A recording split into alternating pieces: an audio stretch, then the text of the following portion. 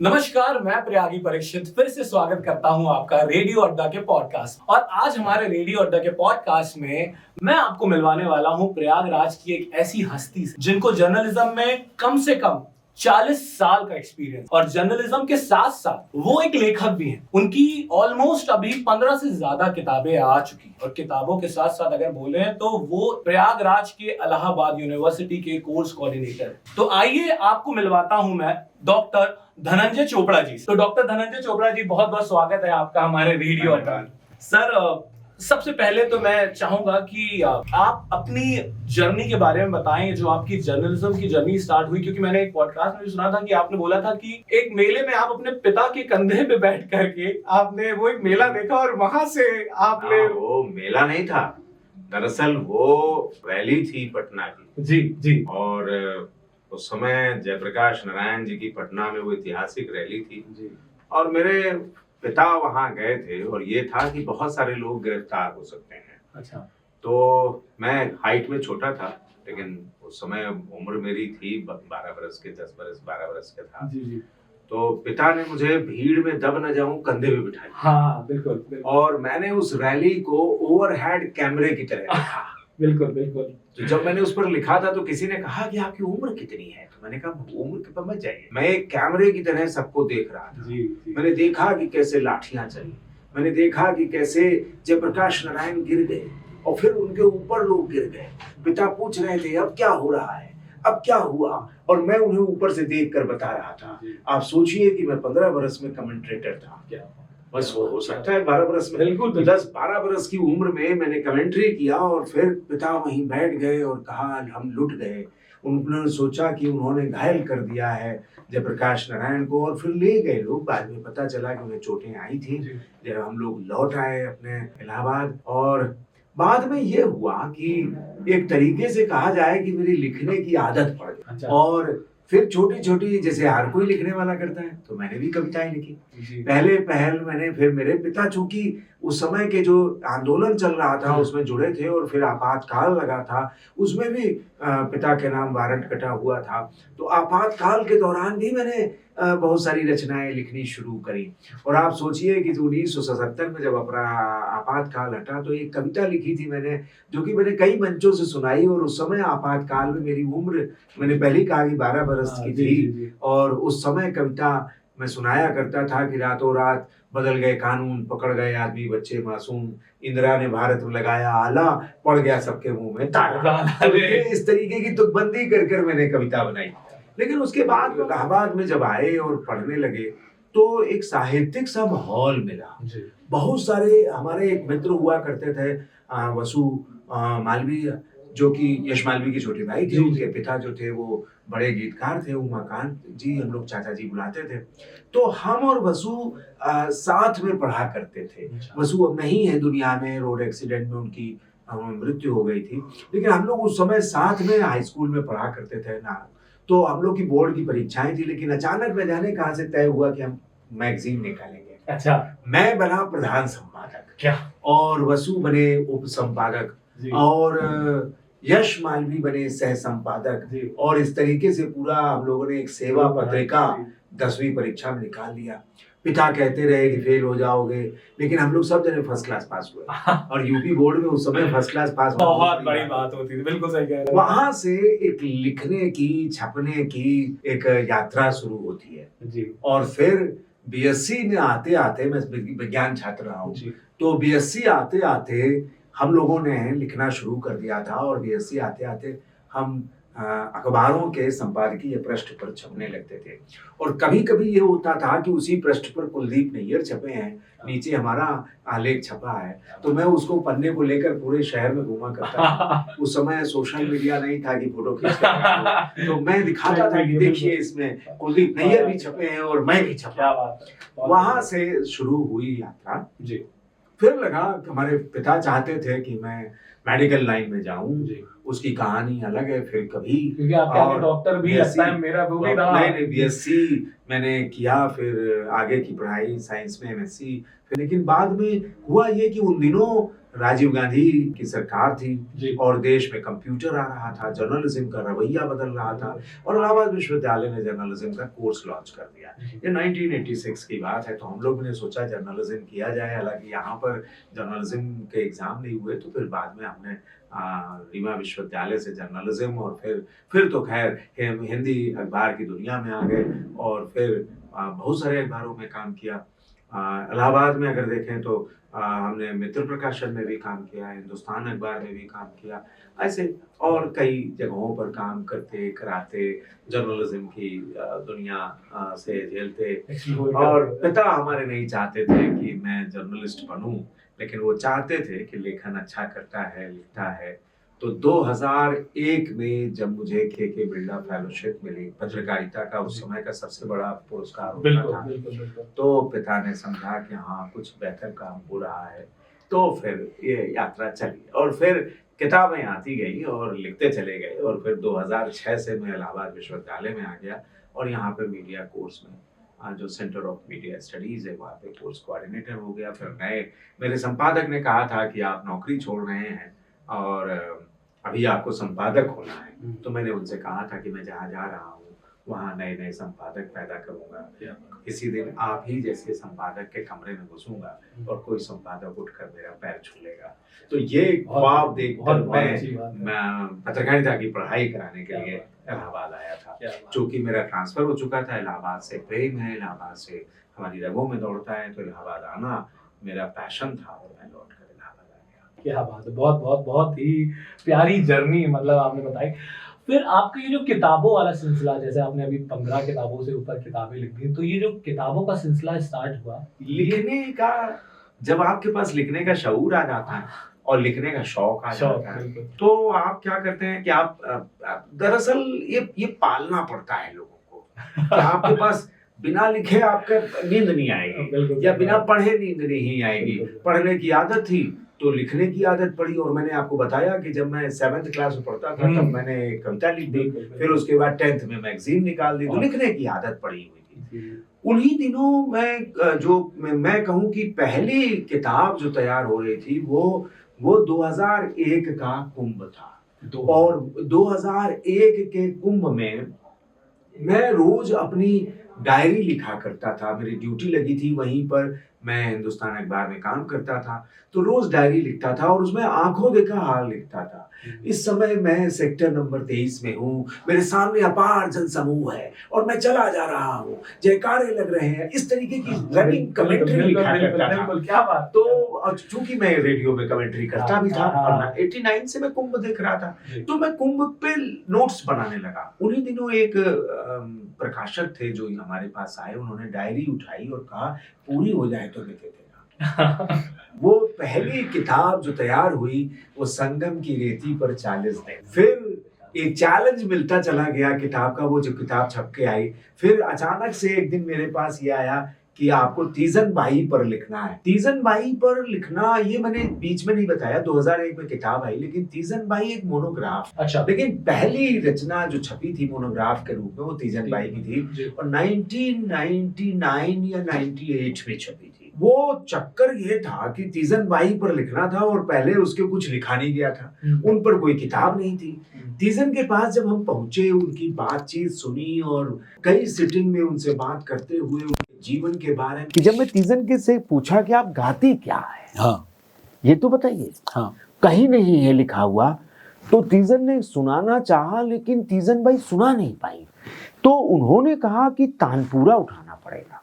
अच्छा, तभी गा पाएंगे, हम तो मंच पर गाते हैं। हाँ। तो उन्होंने तानपूरा उठाया और मैं अद्भुत था वो दृश्य कि उन्होंने तानपूरा उठाया और फिर शुरू हुई सन बोल वृंदावन बिहारी लाल की जय, और शुरू हो गई। तो मैंने उनसे शर्त रखी, तब मोबाइल ही होता था तो वॉइस रिकॉर्डर भी मेरे पास उस समय नहीं था जी। तो मैंने उनसे शर्त रखी कि एक लाइन को 2 बार तो हम नोट कर पाएंगे। हाँ। मैंने जो मोनोग्राफ तैयार किया वो आप समझिए कि पहली बार उसमें आया कि तीजन क्या गाती है। तीजन की फोटो भी खींचनी थी, मैं फोटो भी खींचा करता था।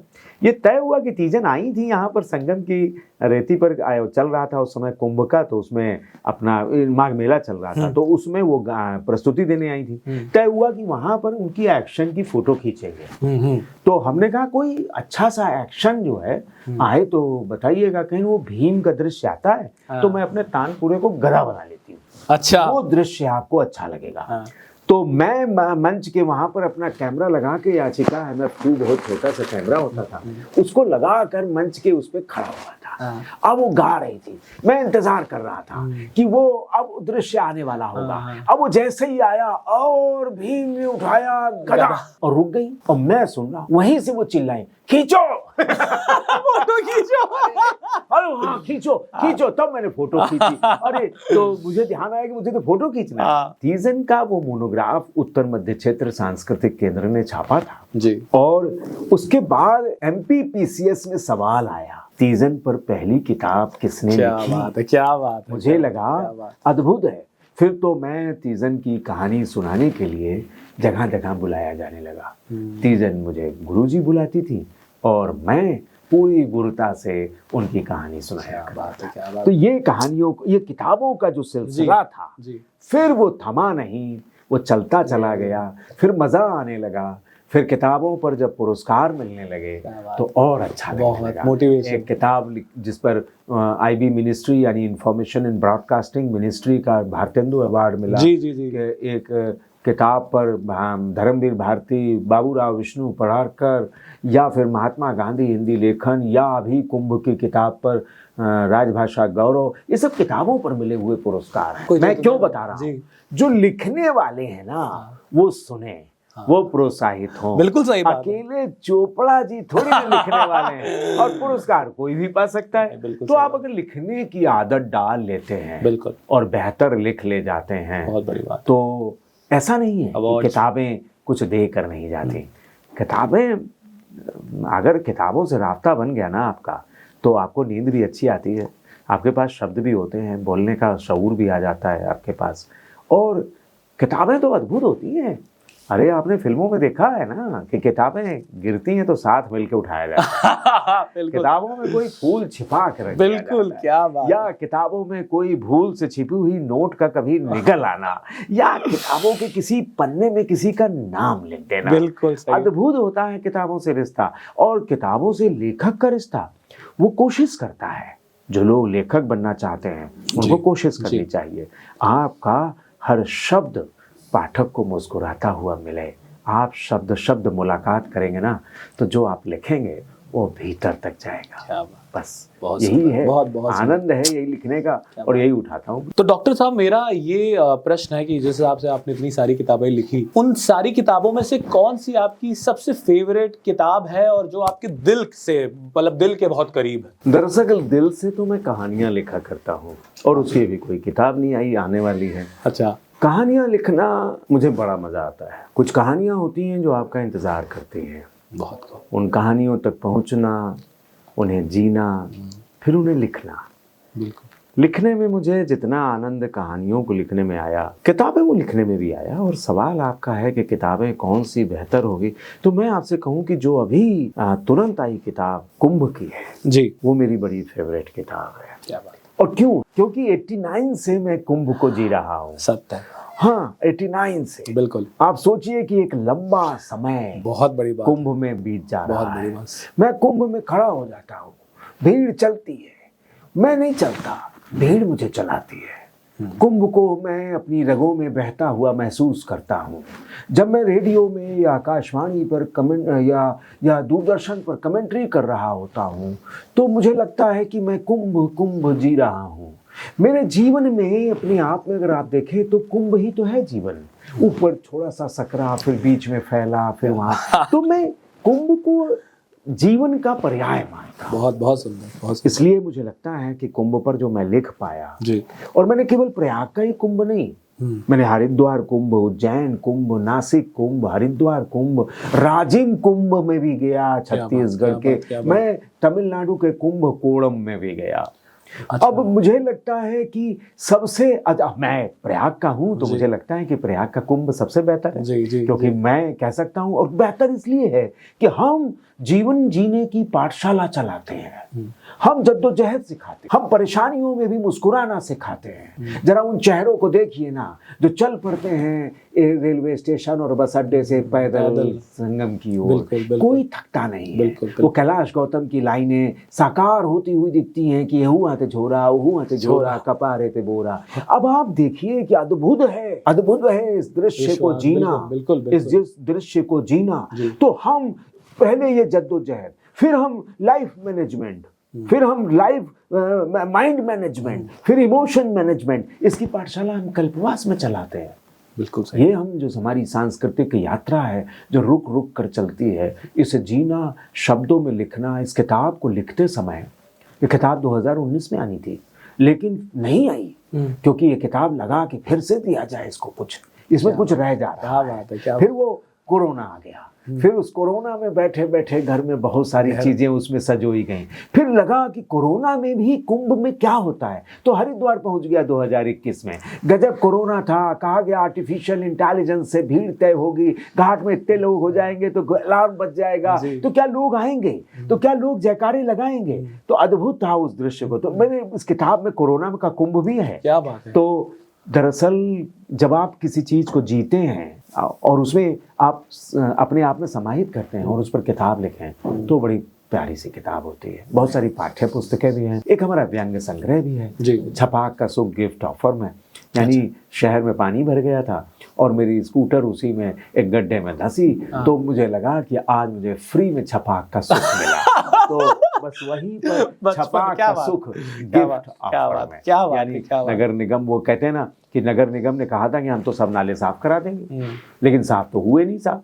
वादा किया था कि बरसात से पहले साफ करा देंगे, लेकिन वादा भगवान भी नहीं निभा पा रहे थे कि पानी बरसे, पानी बरसे। We are waiting for that कि पानी बरसे और पानी भरे, पानी बरसे और पानी भरे तो खबर बने। हम लोग अखबार में थे और पानी बरसा और शहर में पानी भर गया। तो अब हेडिंग क्या लगे, अब बड़ी बड़ी इंतजार के बाद पानी बरसा था, तो हेडिंग लगी तन धुले मन धुले, धुले निगम के वादे। धुले मन धुले, धुले निगम के वादे। क्या और बड़े सॉफ्ट से हम लोगों ने समझाया कि कैसे क्या। और उसी दौरान ये रचना भी हुई, छपाक का सुख गिफ्ट ऑफर में। इसी शीर्षक से वो भी आया, उसमें बहुत मजा आया। उसमें एक ऐसा किरदार था, मैं आपको बताऊं, कि जिसकी फोटो हम लोग अखबार में रहते हुए काट नहीं पाते थे, क्रॉप नहीं कर पाते थे। वो अपना गर्दन कहीं अड़ा देता था। अच्छा। तो अब हम काटें कैसे? काटेंगे तो मुख्य अतिथि कट जाएगा, काटेंगे तो अध्यक्षता कट जाएगा। तो उसका नाम हम लोग ने रख दिया फोटियानी।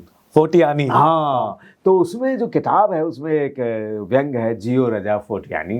तो जियो रजा फोटियानी, बिल्कुल को हम लोग, तो ये मजा, ये मजा है। और इस मजे में लिखने में जो मजा आता है ना, वो अद्भुत है, वो अद्भुत है। आप सोचिए, बहुत सुंदर। सर मैं ये पूछना चाहूंगा कि डॉक्टर साहब, आपने जिस हिसाब से बताया कि आपने कुंभ को बहुत नजदीक और इतने सारे कुंभ आपने देख डाले, तो इस बार का जो 2025 का महाकुंभ, जिसे कहते थे कि 144 साल बाद हुआ और इतना भव्य महाकुंभ हुआ, तो इस महाकुंभ के बारे में आप क्या कहना चाहेंगे? देखिए, ये 21वीं सदी के 25 सालवां कुंभ था। 25 साल हुए थे, 25 साल। और ये 25 साल यूं ही नहीं आए थे। हमने कोरोना बिताया था, हमने artificial intelligence, robotics, chip communication, augmented reality, virtual reality जैसी टेक्नोलॉजी से ही थी। हम जान रहे थे। हमने जब पहली बार 2001 के कुंभ में टेक्नोलॉजी देखी थी, लोगों के पास मोबाइल देखा था, तो हमने सोचा था कि अब क्या मोबाइल भी चलेगा कुंभ में। और हमने देखा था कि अम्मा हम कुंभ में हैं, जयकारा सुनो। और वो वही मोबाइल स्मार्टफोन में बदल गया। और फिर 2013 के महाकुंभ में वह मोबाइल स्मार्टफोन में बदलकर ऑनलाइन दिखा रहा था, अम्मा देखो ये कुंभ है। और 2025 अद्भुत था। 2025 टेक्नोलॉजिकल कुंभ था। 2025 का कुंभ सोशियोलॉजिकल कुंभ था, पॉलिटिकल कुंभ था।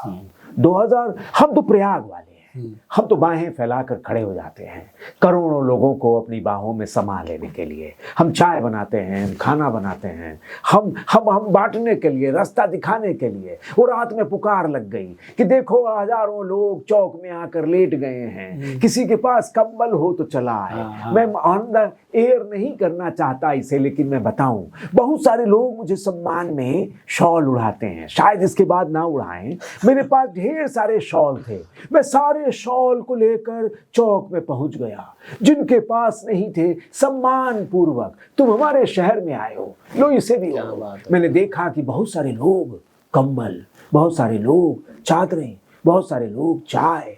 ये प्रयाग है, बिल्कुल ये प्रयाग है। इसे कोई सत्ता, कोई सरकार नहीं कहती। इसलिए हर कुंभ को हम हमेशा उसी तरह देखते हैं। हाँ, इस कुंभ में हमारे साथ बहुत सारे इन्फ्लुएंसर्स थे, हमारे साथ बहुत सारे यूट्यूब चैनल थे।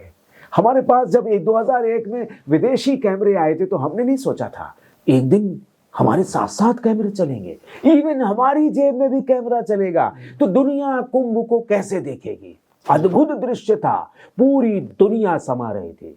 और जो हम लोग कहते हैं ना वसुधैव कुटुंबकम, वो हम चरितार्थ करते हैं, हम माने प्रयागराज वाले। आओ देखो वसुधैव कुटुंबकम के क्या माने होते हैं। और 2025 में हमने दिखा दिया वसुधैव कुटुंबकम क्या होता है।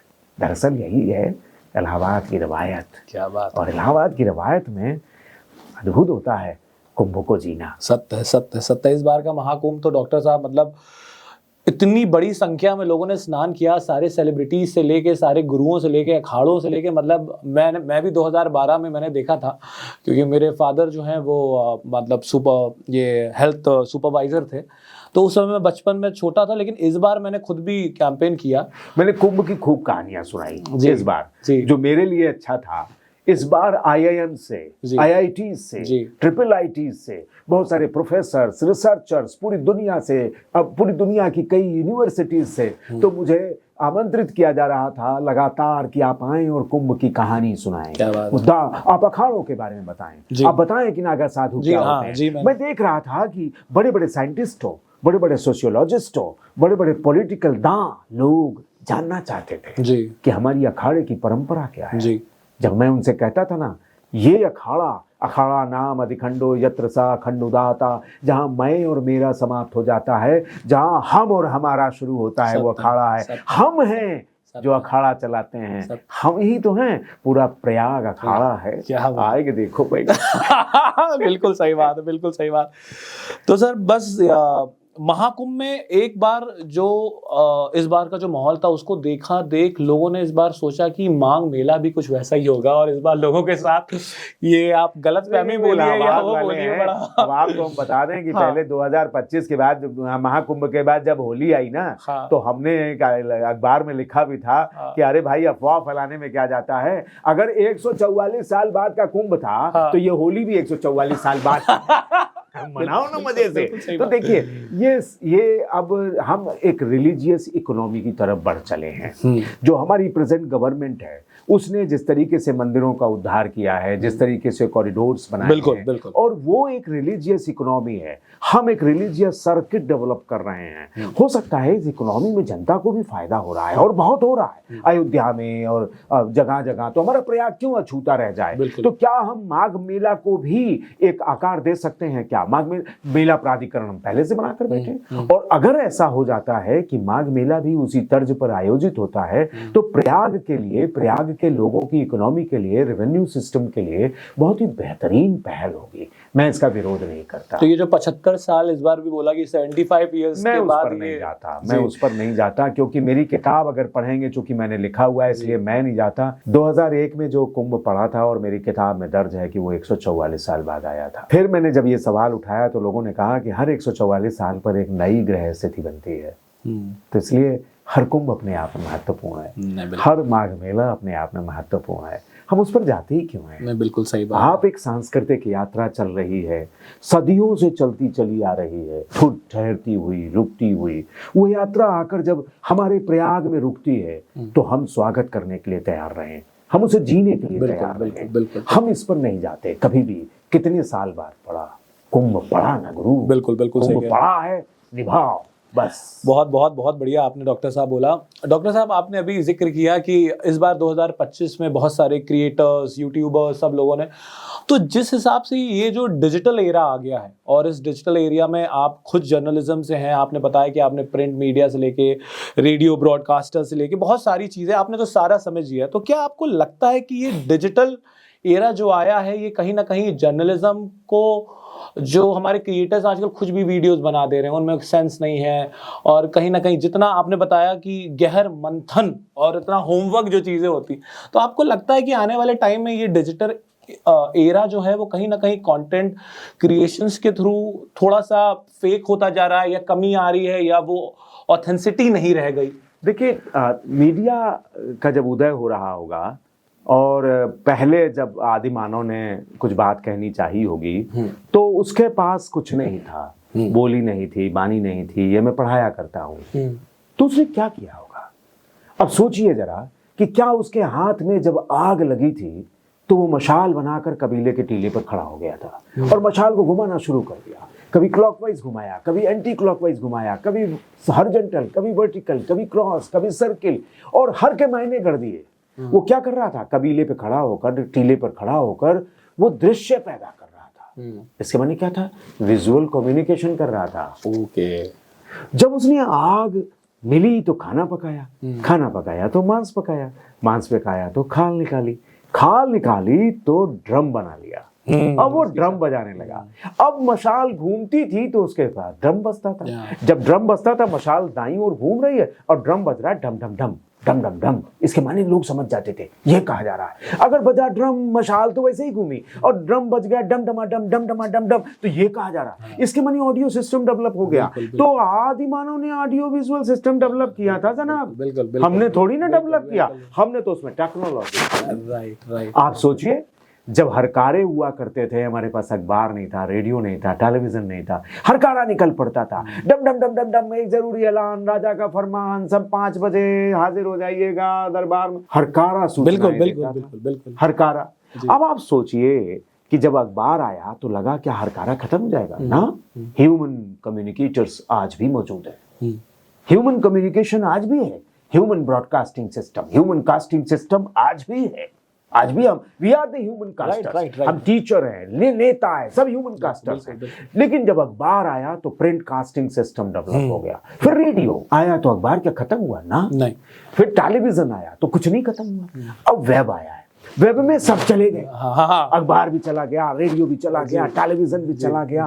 अब जब सब चले गए तो वहां पे एक होड़, हड़बड़ी, हड़कंप मच गया। बिल्कुल बहुत ज्यादा। मैं आगे। और इस होड़ में टेक्नोलॉजी सबके लिए, डेमोक्रेटाइजेशन ऑफ टेक्नोलॉजी जब होता है तो हर किसी के हाथ में जब टेक्नोलॉजी आती है, हमने सिखाया तो नहीं किसी को कि भैया तुम्हें 2 GB का डाटा फ्री में मिला है, इसका उपयोग कैसे करना है, तुम्हारे पास ये स्मार्टफोन है। हमने मीडिया लिटरेसी पर काम कम किया। लिहाजा जब हम डिजिटल युग में आए तो हमने किसी को ये नहीं बताया। हमने तो तब भी नहीं बताया था जब टेलीविजन में पाउच संस्कृति आई थी। वो मुनिया, एक गांव की लड़की, बाल खोलकर और छोटे से पाउच शैम्पू का लेकर दौड़ पड़ी थी, बाल को लहराती। हमने नहीं सोचा था कि ये पाउच छोटा सा शैम्पू वाला हमारे बड़ा होते होते तेल, घी और फिर दालों से होता हुआ आटे तक चला जाएगा। बड़ा सा पाउच हमारे घर में आने लगेगा, आटा भी पाउच में आने लगा। हमने कभी नहीं सोचा था कि विज्ञापन की दुनिया इतनी बड़ी हो जाएगी। इसी तरीके से हमने डिजिटल दुनिया आएगी और तब क्या होगा ये हमने सोचा। बिल्कुल। लिहाजा कंटेंट क्रिएटर्स, आज सरकार भी कहना शुरू कर रही है, पूरा कैंपेन चल रहा है कंटेंट। आज जब हम कंटेंट की दुनिया की बात करते हैं तो हमारे पास माइक्रो कंटेंट, माइक्रो ड्रामा, अब छोटी छोटी बातें। लेकिन हो क्या रहा है? क्या इससे चरित्र बदलता है? क्या ऑडियंस का चरित्र बदल रहा है? क्या ऑडियंस स्क्रॉल करने वाला ऑडियंस छोटी छोटी रील्स देखेगा? क्या हम माइक्रो ड्रामा की ओर जाएंगे? क्या ओटीटी की दुनिया में राइटर्स ओरिएंटेड चीजें चलेंगी? ढेर सारे सवाल हैं। बिल्कुल। और जो आपका सवाल, क्या इस बीच में क्या ऑथेंटिसिटी के साथ लिखने वाले मिलेंगे? ऑथेंटिसिटी के साथ दिखाने वाले मिलेंगे? आएगा समय आएगा, क्योंकि कोई मीडिया को मैच्योर होने में टाइम लगता है। बिल्कुल। हमने अखबार की मैच्योरिटी 19वीं शताब्दी के अंत में देखी थी, जब इमरजेंसी लगी थी। हमने मैगजीन्स आप देखिए जो 80 के दशक में निकली, रविवार, दिनमान, धर्मी, अपनी आप में उच्च क्वालिटी। इसीलिए आने वाला समय धीरे धीरे लोगों को लग रहा है कि कंटेंट क्या होना चाहिए। ऑडियंस को भी पता चल रहा है, बनाने वाले को भी पता चलेगा। अब ऑडियंस को ये जब हम सबके पास टूल्स हैं, everyone is journalist, everyone is journalist, death of the mass communication, right, that what I am saying actually। वही है कि आज के टाइम में AI टूल्स इतने हैं कि पहले के टाइम में लोग रिसर्च करते थे, समय लेते, जैसे आपने बोला सालों। आज के टाइम में इंसान को AI टूल्स, चैट जीपीटी, इतने सारे ऑप्शंस, उन्होंने तुरंत वहीं पे रिसर्च किया, अपडेट किया। लेकिन मैं कहता हूँ, आप देखिए जो आपकी बात है ना, रिसर्च बहुत जरूरी है, क्योंकि आप जो सामान्य आदमी कंटेंट बना रहा है, सामान्य आदमी बोल रहा है, उससे अलग कैसे होंगे? जी सबके साथ बहाव में बह जाएंगे तो आपको भी कौन पूछेगा? बिल्कुल सही। तो लिहाजा हम लौट रहे हैं फिर से शोध की ओर, किताबों की ओर। हम चैट जीपीटी से मुक्ति पाना चाहते हैं। हम चाहते हैं कि हम ऑनलाइन कंटेंट को उतना ही विश्वास करें। क्यूरेशन कैसे किया जाए, क्यूरेट कैसे किया जाए, कंटेंट को क्यूरेट कैसे करना है, क्या चीजें ऑथेंटिक हैं, क्या चीजें नहीं हैं ऑथेंटिक, इसकी हमें समझ पैदा करने की जरूरत है। लिहाजा अब हमें फेक, पेड, इन सब चीजों से ऊपर उठकर हमें अब हम बात करने लगे। अभी निगेटिव बात करते थे, that one is the paid news, that one is the fake news. Now we are going to say authentic news, authentic writing कहाँ है। अब पॉजिटिव बात करो, ऑथेंटिसिटी के साथ बात करो कि तुम क्या कहना चाहते हो। अब ये जमाना आया हुआ है, टेक्नोलॉजी का इस्तेमाल छोड़ना नहीं है, टेक्नोलॉजी का इस्तेमाल करना है सही तरीके से, उसको लेकिन कैसे करना है, कितना करना है। इसीलिए आप देखें अभी क्या हुआ कि एक देश जिसने 15 साल पहले अपनी किताबों को हटाकर डिजिटल लाइब्रेरी बनाई थी, उसने अब कंप्यूटर्स हटाकर फिर किताबें ले आया है। क्या बात है। लेकिन डिजिटल दुनिया खत्म नहीं कर रहा है, वो कह रहा है ऑथेंटिक होकर आओ, ऑथेंटिसिटी चाहिए। राइट। किताबें भी ऑथेंटिक होंगी क्या, किसने लिखी, कहां से आई, बिल्कुल बड़ी जरूरी चीज है बहुत। बिल्कुल, क्योंकि जो सेल्फ पब्लिशिंग का जमाना चला है उसमें कोई भी राइटर बन सकता है, कोई भी किताबें छाप सकता है। बिल्कुल बिल्कुल। तो ऑथेंटिक, अब लोगों के पास चैलेंज है, ऑथेंटिक कंटेंट कहां से आएगा। बिल्कुल सही कह रहे हैं। और जो कंटेंट क्रिएटर्स हैं नए नए, उन्हें ये सोचने की जरूरत है कि हमारा कंटेंट ऑथेंटिक हो। अगर आपका कंटेंट ऑथेंटिक नहीं होगा तो आपको सुनेगा भी नहीं कोई, देखेगा भी नहीं कोई। इसलिए ज़रूरी है कि हम शब्दों के साथ खिलंदड़ी छोड़ दें। खेलना अलग चीज़ है, शब्दों के साथ खिलंदड़ी दो तरीके की है। या तो आप फेक होकर जा रहे हैं या बड़ी ऑथेंटिक होकर आ रहे हैं। आपके शब्द ही तो हैं जो लोगों के दिमाग और दिल तक जाएंगे।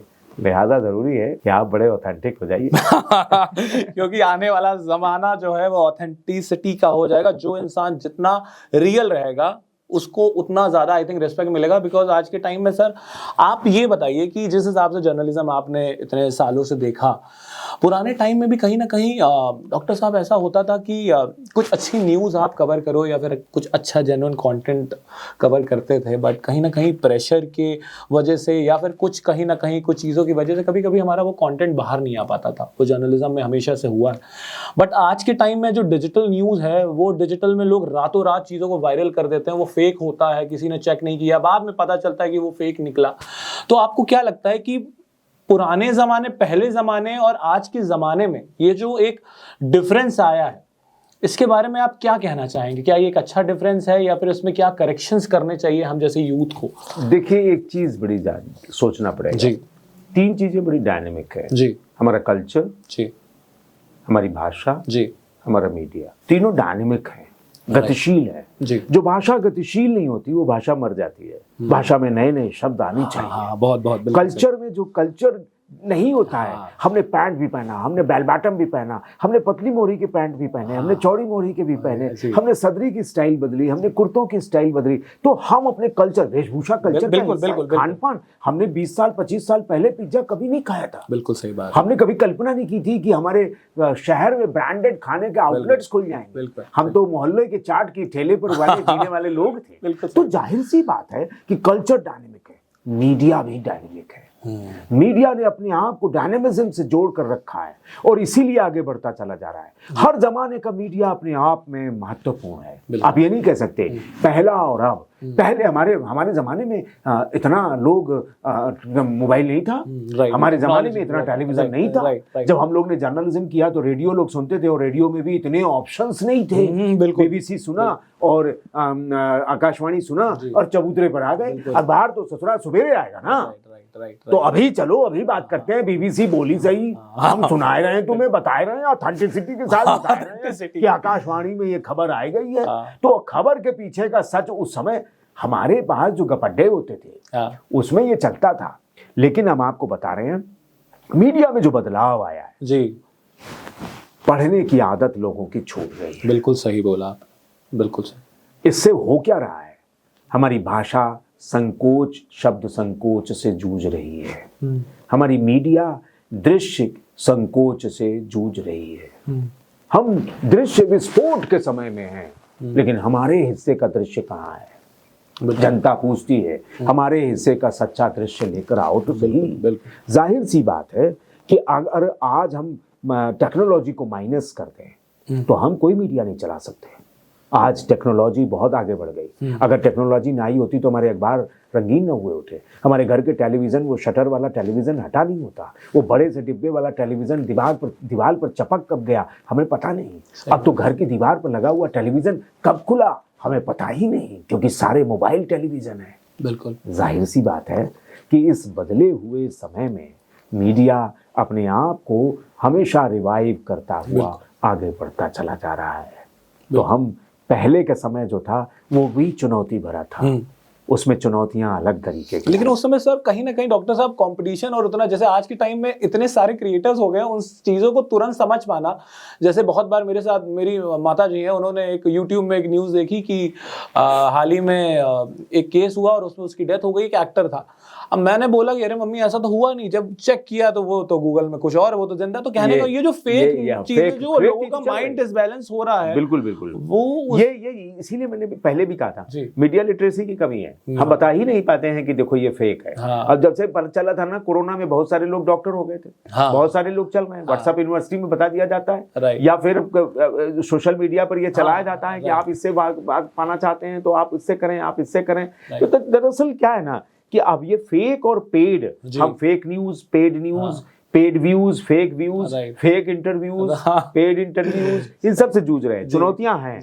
इसलिए मीडिया में जो लोग काम कर रहे हैं, जो असल में मीडिया का काम करना चाहते हैं, जो असल में यूट्यूबर्स हैं, जो असल में, तो उनको करना क्या है, बिना बायस्ड हुए आपको सही चीज दिखानी है। और इसके लिए आपको बहुत मेहनत करने की जरूरत है। जो परंपरागत मीडिया, अखबार, टेलीविजन, रेडियो, उनके पास भी बड़ी चुनौतियां आ गई हैं कि ये जो इतने सारे हैं इनके बीच में हम अलग कैसे दिखाएं। बिल्कुल बिल्कुल, हम कितने ऑथेंटिसिटी के साथ बात कर पाए, कितनी गहराई से बात कर पाए। ये जो सेकंडों का कंटेंट देते हैं ना, इनकी जगह गहरी बातें कैसे आएंगी, ये बड़ा बड़ी चुनौती है। सर आज के टाइम में आपने देखा होगा कि ज्यादातर लोग, जैसे चैनल्स भी हैं बड़े बड़े, वो टीआरपी पे ज्यादा फोकस करते हैं रेदर देन अच्छे कंटेंट पे। उनको लगता है कि जो ट्रेंडिंग मुद्दा चल रहा है, जो चीजें चल रही है, उसी पे कंटेंट क्रिएशन करो, उसी पे न्यूज दिखाओ, बट कुछ ऐसा रियल या ऐसी स्टोरीज है उसमें मत दिखाओ। बट टीआरपी बहुत इंपॉर्टेंट है। आई नो कि that is very important, because बिना उसके चैनल्स भी नहीं चलते, ब्रांड्स भी नहीं आती।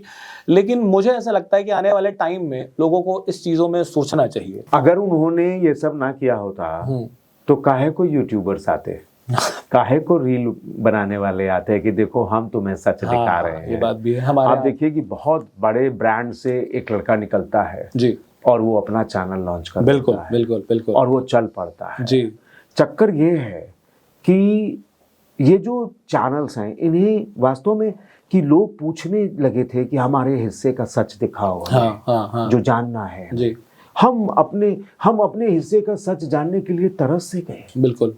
और इसीलिए जरूरी हुआ कि हम अपने हिस्से के सच को ढूंढने लगे, और इसी ढूंढने में सच जो है वो यूट्यूबर्स और हमारे सोशल मीडिया के जाबाजों ने दिखा दिया। बिल्कुल बिल्कुल। तो वहां से विश्वास पनपा। फिर उस विश्वास की आड़ में बहुत सारे अन्य भी आए बिल्कुल जिन्होंने फेक दिखाना शुरू किया, क्योंकि उसमें भी ये चलने लगा कि आपकी टीआरपी यहाँ भी तो है, कितने लाइक्स, कितने व्यूज, आपने एक रील लगाया और फिर आप बैठ गए, कितने लाइक हुए, कितने व्यूज हुए, और ससुरा देखो ऑनलाइन है और लाइक नहीं कर रहा है, हमें कहा हम लाइक न कर पाए।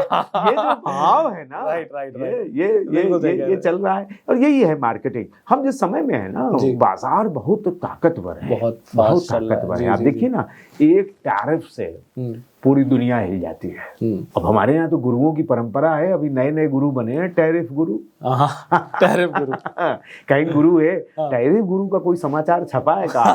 तो अब उसको समझ में आया नहीं, कहीं टैरिफ गुरु कौन, कहीं ना भाई ट्रम्प हुआ। तो चक्कर ये है कि हमारे समाज में जो बदलाव आता है, जो हमारी टेक्नोलॉजी से आ रहा है, जो बाजार से आ रहा है, दुनिया बड़ी तेजी से बदली है। आप देखिए 1995 से 2005 तक का समय, ये जो 1995 से 2005 तक का समय था ना, ये इंफॉर्मेशन रेवोल्यूशन का समय था। इस समय सूचना क्रांति, यानी यही वो समय था जब हमारे शहर में मॉल आए थे, यही वो समय था जब हमारे शहर में ब्रांडेड कपड़ा की दुकानें आई थी, यही वो समय था जब ब्रांडेड खाने के आउटलेट्स खुले थे, यही वो समय था जब मोबाइल हमारे जेब में आया था, यही वो समय था जब इंटरनेट आया था, यही वो समय था जब पहली सोशल मीडिया साइट्स आर्कुट हमारे पास आई थी और हमने इसे इंफॉर्मेशन रेवोल्यूशन का समय कह डाला। यही वो समय था जब जाते जाते हमें राइट टू इंफॉर्मेशन दे गया। जाहिर सी बात है कि इंफॉर्मेशन रेवोल्यूशन यानी सूचनाएं फ्रीडमैन कह रहा था, हम फ्लैट अर्थ में आ गए हैं।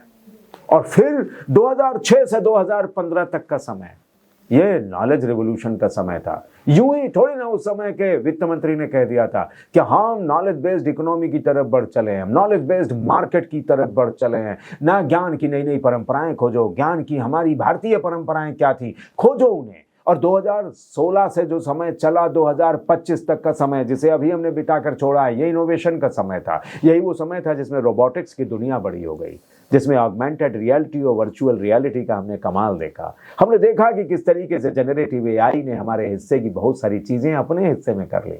हम कहते थे एक कप कॉफी और लैंप जला दो मेरी टेबल पर, कुछ किताबें रख दो यार, मेरी फोटो बना दो, और फोटो बन जाती थी। हमें कैमरा, हमें शऊर फिर से लौटना पड़ा। ये जनरेटिव एआई ने बताया कि यानी आर्टिफिशियल इंटेलिजेंस ने, ये सब लो तुम्हारी बुद्धिमत्ता के बरक्स एक कृत्रिम बुद्धिमत्ता तैयार की जा रही है। क्या तुम्हारा दिमाग अब उससे उधर चलेगा? क्या तुम्हारे दिमाग का क्या होगा भाई?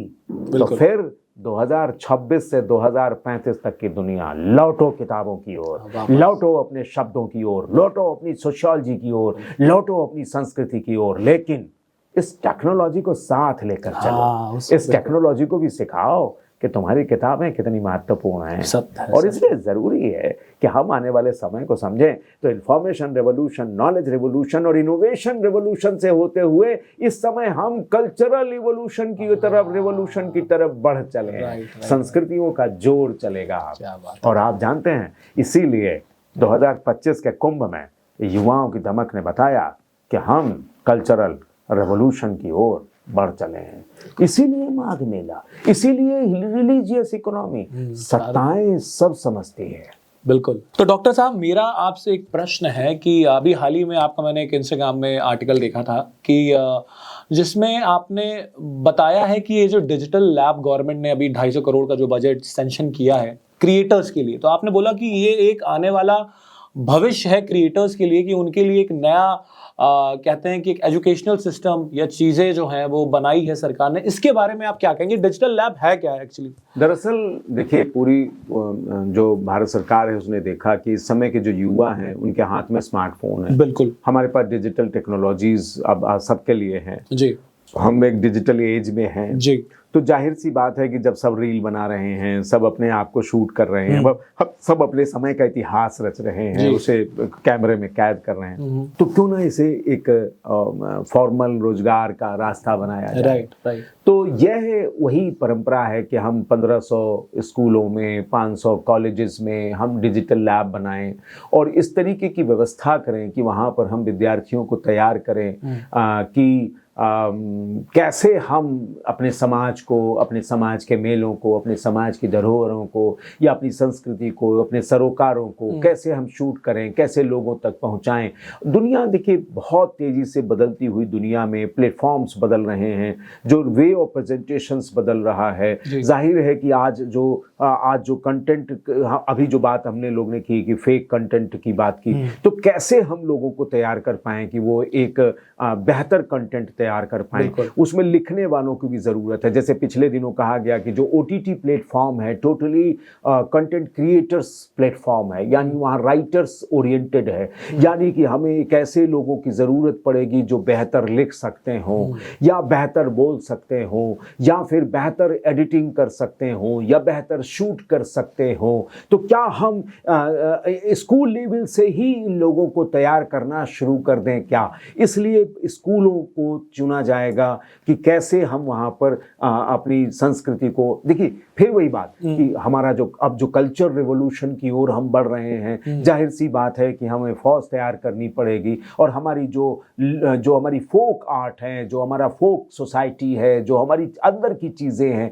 कैसे हम बाहर ला पाएंगे। जाहिर सी बात है कि इसके लिए बहुत अभी मेहनत करने की ज़रूरत है। सरकार इस प्लेटफॉर्म को कैसे डेवलप करेगी, इसके लिए अभी बहुत सारी चीज़ सामने आनी बाकी है, लेकिन हमें उम्मीद करनी चाहिए कि डिजिटल कंटेंट क्रिएटर्स तैयार होने जा रहे हैं। उनकी तैयारी के लिए अभी इसका करिकुलम तैयार होगा कि क्या हम सिखाएंगे, कैसे सिखाएंगे। गेमिंग की दुनिया भी बड़ी हो रही है, OTT प्लेटफॉर्म बड़ा हो रहा है, सोशल मीडिया में बहुत सारे प्लेटफॉर्म्स आ रहे हैं। तो बहुत सारे लोग कह रहे हैं कि क्या रील बनाने वाले तैयार करेंगे क्या? नहीं साहब, केवल रील बनाने वाले तैयार नहीं होते हैं।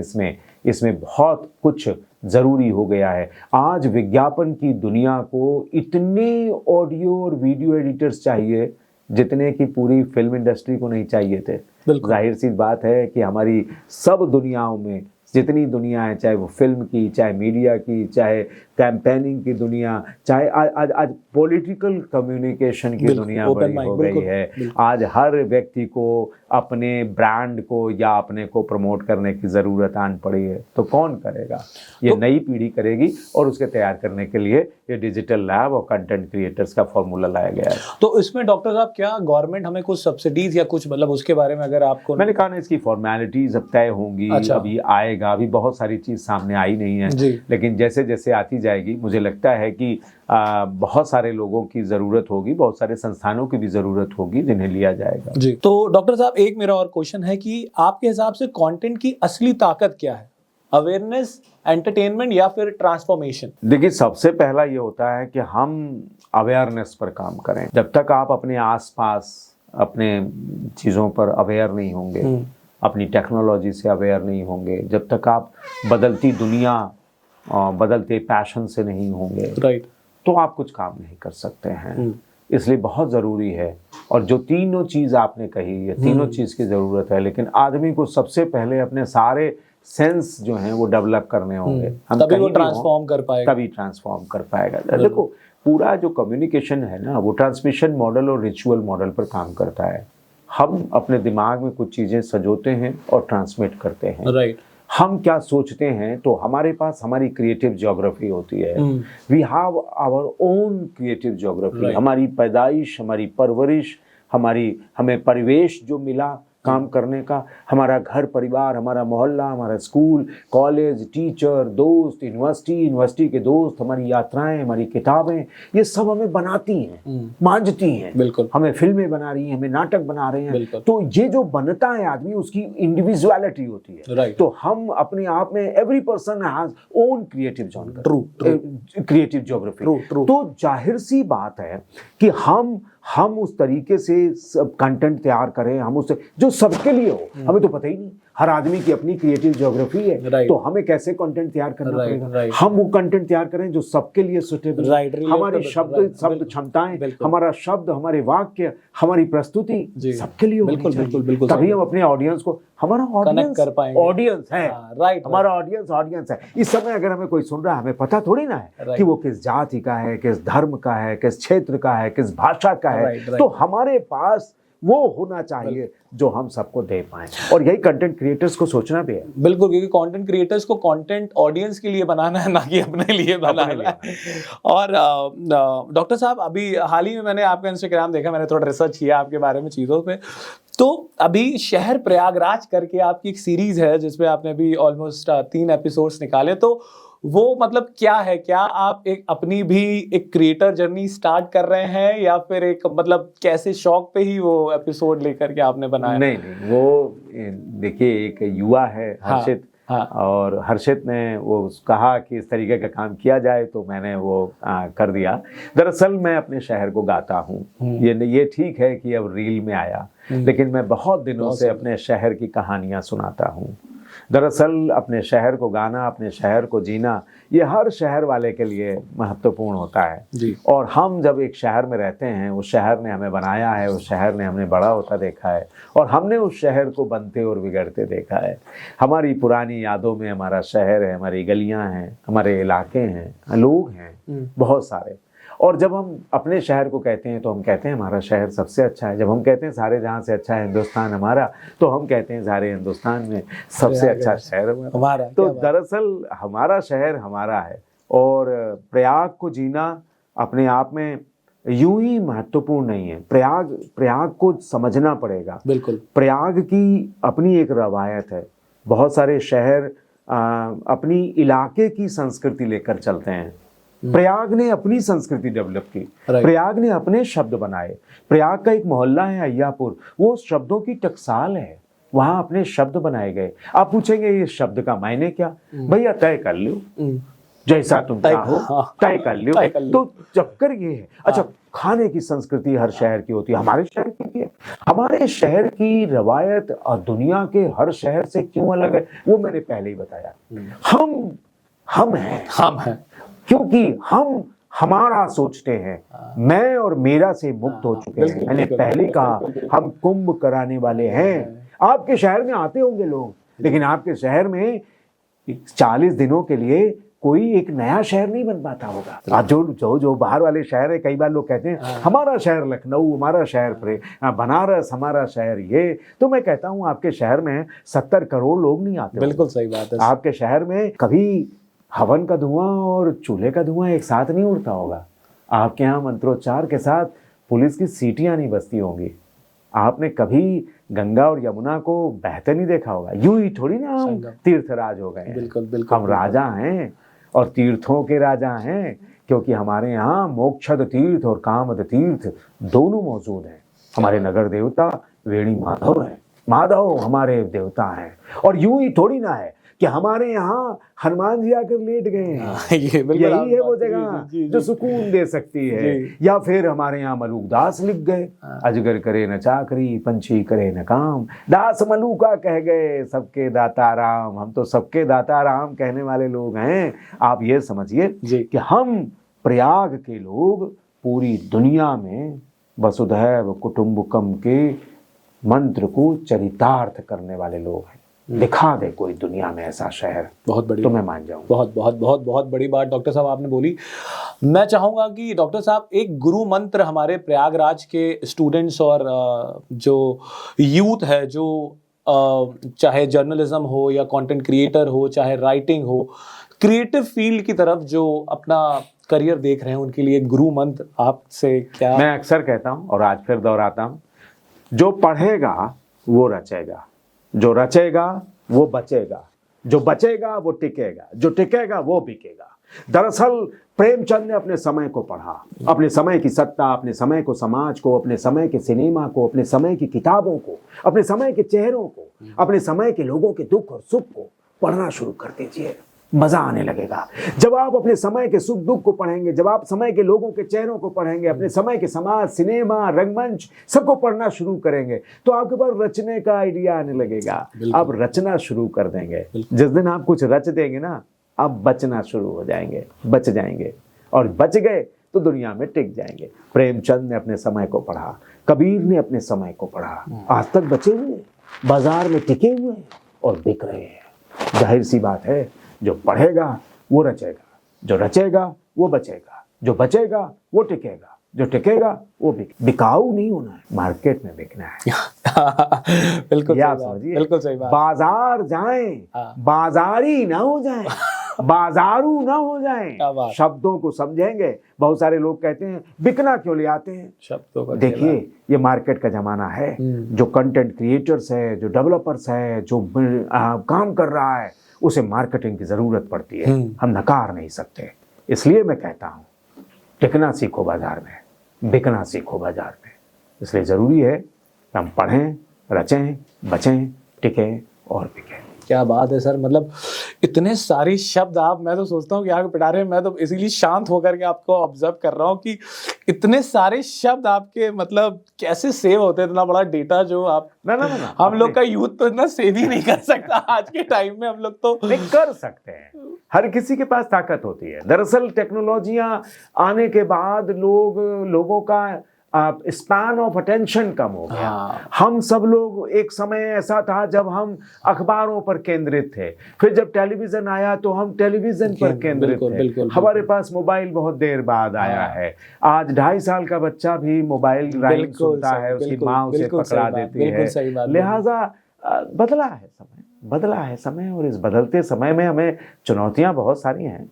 जाहिर सी बात है कि हम और एक बात और बताएं, आपने कहा ना शब्द, हाँ शब्द खो रहे हैं। बहुत दिन हुए हमें ये बोले हुए, मेरा हृदय करुणा से भर गया। करुणा शब्द हमने गायब कर दिया। दरअसल मैसेजिंग की दुनिया में आए ना तो हमने अपने शब्दों को छोड़ना शुरू कर दिया। यहीं से हमारी क्रिएटिव लाइन बदलनी शुरू हो गई। हमारे पास कम शब्द होने लगे, हम अपने जरूरी शब्दों को खारिज करने लगे। अंग्रेजी में तो शब्दों के हिज्जे खारिज कर दिए, ठीक से आई लव यू भी नहीं लिखा, आई लिखा, लव का निशान लगाया और यू लिख दिया। उनके यहाँ तो लव की स्पेलिंग गायब, यू की स्पेलिंग गायब, लेकिन हमने अपने शब्दों को खारिज किया, पूरा शब्द ही खारिज कर दिया। बहुत सारे शब्द थे जो बोले जाने चाहिए थे, लौटना पड़ेगा। शब्दों की ताकत होती है, शब्दों की अपनी ध्वनियां होती हैं। अगर हमने अपने शब्दों की ध्वनियों को समझ लिया, शब्दों की ताकत को समझ लिया, सोचिए ना, यूं ही थोड़ी ना बन गया है कोई शब्द इनकलाब, उसके पीछे की कहानी क्या रही होगी। यूं ही ना थोड़ी ना बन गया कोई शब्द खामोश, उसके पीछे कोई कहानी रही होगी। कहने का ढंग है। आप कहेंगे इंकलाब जिंदाबाद, इंकलाब जिंदाबाद, ना, इंकलाब जिंदाबाद जब नारा वेरिएशन, बिल्कुल सही बात है। और टेम्पो, आप जाएंगे क्लास में और कहेंगे खामोश, हल्ला मत मचाओ, खामोश। तो बहुत मतलब मजेदार है। आप शब्दों की दुनिया में जाएंगे और शब्दों की दुनिया की खिलंदड़ी करेंगे ना तो मजा आ जाएगा। लिखने का खेल है, बोलने का खेल है। इसलिए जो लोग मीडिया में आना चाहते हैं, जो लोग कंटेंट क्रिएटर्स बनना चाहते हैं, उनके पास शब्दों की थाती बहुत मजबूत होनी चाहिए। शब्द कहाँ से आएंगे? किताबों से आएंगे, लोगों के बीच चुपचाप बैठने से आएंगे, लोगों को सुनने से आएंगे। बेहतर लोगों को सुना जाए, बेहतर किताबें पढ़ी जाएं, अपने आप शब्दों की दुनिया के माहिर बन जाएंगे। ना कि शॉर्टकट लिया जाए और एआई जैसी चैट जीपीटी या फिर ऐसे टूल्स पे जा करके उसको होमवर्क दे दिया जाए। तो आप अपना भी दिमाग यूज करो, बिकॉज कहीं ना कहीं मुझे डॉक्टर साहब लगता है कि आज के टाइम में लोग डिपेंडेंट इतना ज्यादा हो गए हैं टेक्नोलॉजी पे रेदर देन खुद पे। पहले के समय पे लोग डायरी लिखा करते थे, मतलब कि उसमें नंबर्स, ये चीजें। आजकल सारी चीजें वो टेक्नोलॉजी पे, हाँ उस पे होगा, फोन पे होगा, या फिर इससे पूछ लो, इससे पूछ लो। तो इसकी वजह से कहीं ना कहीं उनकी जो मेमोरी है कम हो गई है। पिछले दिनों किसी ने मुझसे किसी का फोन नंबर मांगा जी, तो मैंने तुरंत बोल दिया। हाँ। और हिंदी में बोला। हाँ। तो 94 15 30 जैसे ही बोला तो उसने कहा सर आपको नंबर याद है? हाँ। हमने कहा हम तुम्हारे जमाने के थोड़ी नहीं, बहुत सारे बच्चों को अपने फोन नंबर भी नहीं याद है। बिल्कुल सही बात है, बिल्कुल सही बात है। वो देख कर बताते हैं कि 1 मिनट रुकिए, मैं अपना नंबर फोन हाथ चेक करके, आप अपना नंबर बताइए, मैं आपको फोन कर देता हूँ। बिल्कुल। दरअसल हम ये तो हुआ है, टेक्नोलॉजी ने सबसे पहले हमला होता है ना। देखिए कल्चरल इंपीरियलिज्म का फॉर्मूला है, अगर हम ये समझें, वहां से समझें कल्चरल इंपीरियलिज्म कैसे घुसता है। सांस्कृतिक साम्राज्यवाद वह हमारी सबसे पहले भाषा नष्ट करता है, फिर हमारे संस्कृति पर, हमारे बाजार को नष्ट करता है, फिर हमारी संस्कृति पर आता है। इसको हम लोग कहते हैं कल्चरल इंपीरियलिज्म। बहुत सरल तरीके से बता रहा हूँ। टेक्नोलॉजी क्या करती है? दिमाग को कमजोर करती है। राइट। दिमाग, पहले कैलकुलेटर आया तो लोगों ने नहीं समझा कि होने क्या जा रहा है, फिर कंप्यूटर आया, फिर धीरे धीरे मोबाइल आ गया और सब खत्म हो गया। डिजिटल आके सारी चीजें आजकल तो कर लो दुनिया मुट्ठी में। तो डॉक्टर साहब अब हम फाइनली अपने एंड मोड में हैं पॉडकास्ट के, तो एक सेगमेंट है हमारा जो कि है रैपिड फायर सेगमेंट, जिसमें हम आपसे आपको 2 वर्ड्स देंगे, आपको एक चुनना है और उस एक ही वर्ड में आपको उसका आंसर देना है वाई। तो पहला है मेरा, प्रिंट या इलेक्ट्रॉनिक मीडिया? प्रिंट। वाई? क्योंकि मुझे ऐसा लगता है, मैंने बहुत बड़ी जिंदगी अखबारों में बिताई है और अखबार आज भी ऑथेंटिक, अपनी ऑथेंटिसिटी बढ़ाए हुए हैं, अपना विश्वास बनाए हुए हैं। अखबार आज भी ठहराव के साथ अपने कंटेंट को तैयार करते हैं, उन्हें समय मिलता है पूरे दिन भर का और तब सवेरे आप तक पहुंचते हैं, लिहाजा हम उन पर ज्यादा विश्वास करते हैं। क्या बात। रेडियो या डिजिटल पॉडकास्ट? मैं आज भी रेडियो को सुनता हूँ। दरअसल रेडियो हमें चमत्कृत ही नहीं करते, झंकृत भी करते हैं। रेडियो बोलने का शऊर सिखाते हैं। हमारे ज़माने में भी रेडियो बजा करते थे तो हम कुछ आवाज़ों के मुरीद हो जाया करते थे। पॉडकास्ट में वो चीज़ नहीं आती है। हम आज भी अमीन सयानी की आवाज़ सुनते थे। मैं आपको एक किस्सा सुना देता हूँ, उसको रिकॉर्ड कर लीजिएगा। दरअसल अमीन सयानी साहब को सुनते सुनते हम लोग बड़े हुए। वो उनका कहना, बहनों भाइयों हम ले आए हैं आपके लिए आज बरसात के गीत। ये जो कहते थे ना बहनों भाइयों, वो अजब था। और वो कहते थे, बहनों भाइयों आज हम सुनाएंगे आपको बरसात के गीत और आप उसमें झूमेंगे भी और भीगेंगे भी, तो तैयार हो जाइए हमारे गीतों के साथ। तो ये जो तरीका बहुत सलीका था, बिल्कुल, वो हमें सिखाता था, बांधता था। हमसे कहा जाता था कि रेडियो सुनो बोलना आ जाएगा। फिर हमने रेडियो में जब काम करना शुरू किया तो एक सेमिनार में हम लोग गए और लाइन सब लोग लगाए हुए थे। रेडियो के बहुत सारे लोग थे और खाने की लाइन लगी हुई थी, प्लेट ले लेके लोग खड़े हुए थे। अचानक एक महिला ने लाइन तोड़ दी। तो पीछे से किसी ने कहा, लाइन मत तोड़िए। तो दूसरी आवाज आई, लाइन जो तोड़ेगा उसे खाना नहीं मिलेगा।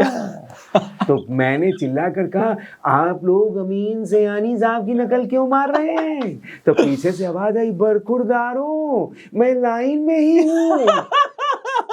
और अमीन सयानी साहब लाइन में थे। रेडियो की दुनिया अद्भुत है। आज भी मैं जाता हूँ ना रेडियो में, तो मैं नहीं होता, मेरे शब्द होते हैं। और जब मैं कुंभ की कमेंट्री सुना रहा होता हूँ तो कितनी बड़ी चुनौती होती है कि हमें सुनने वाला केवल सुन रहा है। ये गान का जो मजा है ना, उसमें दृश्य कैसे पैदा किया जाए। मैं ऐसा बोलूं कि वो आंख बंद कर ले और उसे दृश्य दिखना शुरू हो जाए। वो शब्द कौन से होंगे, वो प्रवाह कौन सा होगा, वो वाक्य कौन से बनेंगे जो आदमी को लगेगा मैं देख रहा हूँ। ये चुनौती होती है, ये पॉडकास्ट में कहाँ आएगी। क्या बात, बिल्कुल सही बात है, बिल्कुल सही बात है। पॉडकास्ट तो एक एडवांस वर्जन हो गया आज के टाइम में डिजिटल एरा का। सर राइटिंग या टीचिंग? राइटिंग या टीचिंग? ओहो देखिए, टीचिंग अपने आप में बड़ा महत्वपूर्ण है जी, क्योंकि आप रच रहे होते हैं अपने विद्यार्थियों को। लिखने से कम काम नहीं है। बिल्कुल, लिखने से बिल्कुल, कम बिल्कुल, काम बिल्कुल। नहीं है। मैं दिन भर में अगर 2 घंटे लिखने का निकाल पाता हूँ तो सवेरे 9 बजे से 5 बजे तक विद्यार्थियों को रचने का काम करता हूँ। लिहाजा टीचिंग बहुत बड़ा प्रोफेशन है। नए नए चेहरे, नई नई बातें, लिखने का शऊर भी सिखाते हैं, मैटर भी दे जाते हैं। मेरी बहुत सारी कहानियों में मेरे विद्यार्थी ही होते हैं। क्या बात है, क्या बात है। न्यूज़ या रिसर्च? रिसर्च। दरअसल अगर आप में शोध की प्रवृत्ति है तो न्यूज़ तो अपने आप में आ जाएगी। यदि आपने शोध सीख लिया, रिसर्च सीख लिया, तो आपको मजा आ जाएगा। इसलिए जरूरी है कि रिसर्च को आप मजबूत करें, किसी चीज की गहराई पर जाएं। जिन खोजा तिन पाइयां गहरे पानी पैठ, जो जब तक डूबेगा नहीं तब तक आएगा नहीं। इमर्स्ड होना सीखिए। Immersive journalism is nice. Sir last है कि एक शब्द में मीडिया का अर्थ क्या है? एक शब्द में तो मुझे पता है कि एक शब्द में नहीं हो पाएगा, लेकिन फिर भी अपने शब्द में मीडिया का अर्थ क्या है आपके हिसाब से? जिंदगी को जिंदाबाद करना। जिंदगी को जिंदाबाद करना। अद्भुत, अद्भुत, क्या बात है। आपने एक वर्ड में मतलब मजा आ गया सर। वैसे तो मेरा मन नहीं कर रहा है कि इस पॉडकास्ट को ख़त्म किया जाए, बट आपका भी समय, आपको भी बहुत काम है, आप भी बहुत बिजी हैं, तो इस पॉडकास्ट को हम यहीं ख़त्म करते हैं। लेकिन उम्मीद है कि बहुत जल्दी फिर से मिलना होगा एक बार डॉक्टर साहब से, क्योंकि इतना मज़ा आया ये पॉडकास्ट करके, और उम्मीद है कि डॉक्टर साहब को भी बहुत अच्छा लगा होगा। और लगता है कि बात चलती रहे, फिर मिलेंगे और फिर बात करेंगे, क्योंकि बातों का सिलसिला कभी रुकना नहीं चाहिए। हम मिला करें, बात किया करें, चाय पिया करें, और बातों से ही जिंदगी चलती है। जिंदगी चलने का नाम अगर है ना, तो उसमें बातें शामिल होना चाहिए। संवाद अगर रुक जाएगा, अगर हमने अपने समय से संवाद नहीं किया, अपने समय की पीढ़ियों से संवाद नहीं किया, अपने समय की किताबों से संवाद नहीं किया, अपने किचन में जाकर संवाद करना भी बड़ा मज़ेदार होता है। मैं हर शाम एक बार किचन में ज़रूर जाता हूँ, भले चाय बनाकर लौटा हूँ, क्योंकि वो बर्तन हमें आवाज़ देते हैं। आप जब आवाज़ें सुनने लगेंगे ना, आप अपने स्टडी रूम में बैठ जाइए, किताबों की ओर देखिए। किताबें संवाद करती हैं, सत्य बुलाती हैं, ये सुनो ना, हमें बहुत दिन हुए आपने उठाया नहीं है, एक बार उठाइए ना, मुझे उठाइए, मुझे पढ़िए आप, और मैं एक किताब उठा देता हूँ। अद्भुत है, प्रेम बहुत जरूरी है। बिल्कुल Prem. Thank you so much doctor साहब, और उम्मीद करते हैं कि बहुत जल्दी फिर से मुलाकात होगी, और टिल देन रेडियो अड्डा, एंटरटेनमेंट का अड्डा फिर से मिलेगा आपसे एक नई कहानी के साथ, और यही प्रयागी परीक्षित के साथ। टिल देन बाय बाय, हर हर महादेव।